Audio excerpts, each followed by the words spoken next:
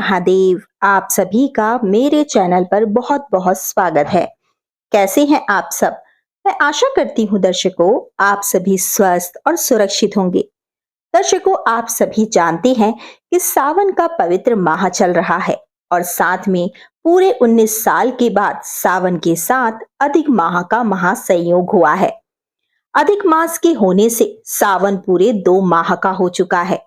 सावन के प्रदोष पर यदि आप अपने मन की कामना को पूर्ण करना चाहते हैं और महादेव से अपना मनचाहा वरदान प्राप्त करना चाहते हैं, या फिर आपके जीवन में कोई समस्या चल रही है, फिर वह आपके व्यापार से संबंधित हो, आपकी नौकरी से संबंधित हो, या फिर बहुत समय से आपको आर्थिक तंगी का सामना करना पड़ रहा है, ऐसी परिस्थिति में आप इस एक अचूक से उपाय को अवश्य ही करें। पूजनीय पंडित जी ने अपनी श्री शिव महापुराण कथा में इस विशेष उपाय का वर्णन किया है। सप्त तिथियों में से एक तिथि है प्रदोष की तिथि। आप सभी जानते हैं कि सावन का पवित्र माह तो महादेव को समर्पित होता ही है। साथ में जिस प्रकार से महादेव को सोमवार का दिन समर्पित होता है, उसी प्रकार से प्रदोष का दिन भी महादेव को अति प्रिय होता है। प्रदोष के दिन यदि आप शाम के समय प्रदोष काल में इस एक उपाय को कर लेते हैं, तो महादेव आपकी कामना को पूर्ण करते हैं, साथ ही आपके जीवन के सभी कार्य भी बनाते हैं। तो चलिए जानते हैं कौन सा अचूक उपाय आपको प्रदोष काल के समय पर महादेव के मंदिर जाकर कर लेना है। 5 दीपक का यह विशेष उपाय लंबी बाती के साथ आपको करना है, जिसे पूजनीय पंडित जी ने अपनी श्री तप महाशिव पुराण में बताया है, जो कि मैनपुरी उत्तर प्रदेश में हो रही थी, जिसका समापन 28 जुलाई को हो चुका है। उसी कथा में पूजनीय पंडित जी ने 5 दीपक का विशेष उपाय का वर्णन किया है। यदि आप भी अपने जीवन से कष्टों को दूर करना चाहते हैं, अपने जीवन में खुशियां चाहते हैं, सुख समृद्धि का अपने घर में वास चाहते हैं, तो इस एक अचूक से उपाय को आपको अवश्य ही कर लेना है, जिससे कि महादेव के संग माता पार्वती का भी आशीर्वाद आपको प्राप्त होगा। चलिए जानते हैं किस प्रकार से आपको इस उपाय को करना है।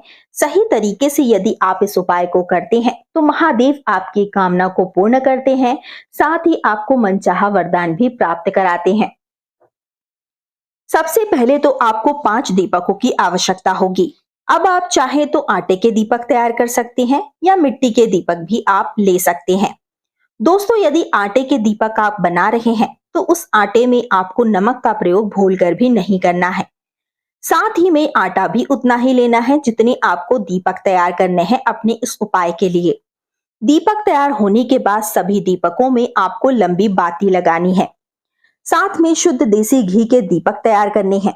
दीपक जब तैयार हो जाएं, तो सबसे पहला दीपक आपको अपने घर के मंदिर में माता लक्ष्मी और इष्ट देव के समक्ष ही जलाना है, जिससे कि आपके घर में पूरे साल धन की वर्षा होगी और धन की देवी माता लक्ष्मी आपके घर में स्थायी रूप से वास करेंगी। दूसरा दीपक आपको अपनी रसोई घर में पीने के स्थान के पास जलाना है, जहां पर हमारे घर का परिंदा मौजूद होता है। वहां पर हमारे पितरों का वास होता है और रसोई घर में माता अन्नपूर्णा का निवास होता है। तीसरा दीपक हमें घर के मुख्य द्वार पर जलाना है। मुख्य द्वार पर दीपक जलाने से शाम के समय माता लक्ष्मी धरती पर भ्रमण करती हैं और इस समय दीपक जलाने से माता लक्ष्मी हमारे घर में स्थायी रूप से वास करने के लिए आमंत्रित होती हैं। तो तीसरा दीपक घर के मुख्य द्वार पर आपको लगाना है। चौथा दीपक आपको बेलपत्र के वृक्ष के नीचे जलाना है। आप सभी जानते हैं कि बेलपत्र महादेव को समर्पित की जाती है।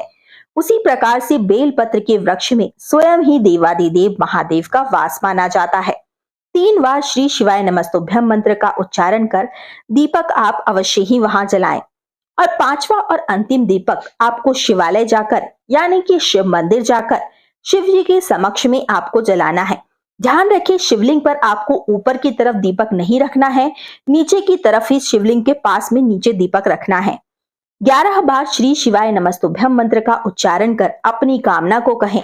सच्चे मन से इस उपाय को करेंगे तो महादेव अवश्य ही सावन के इस पवित्र माह में प्रदोष के महासंयोग पर आपकी कामना को पूर्ण करेंगे। वीडियो अच्छा लगा दोस्तों तो लाइक करें, कमेंट करें और चैनल को तुरंत ही सब्सक्राइब कर लें। मिलते हैं अगले वीडियो में, तब तक के लिए श्री शिवाय नमस्तुभ्यम दोस्तों।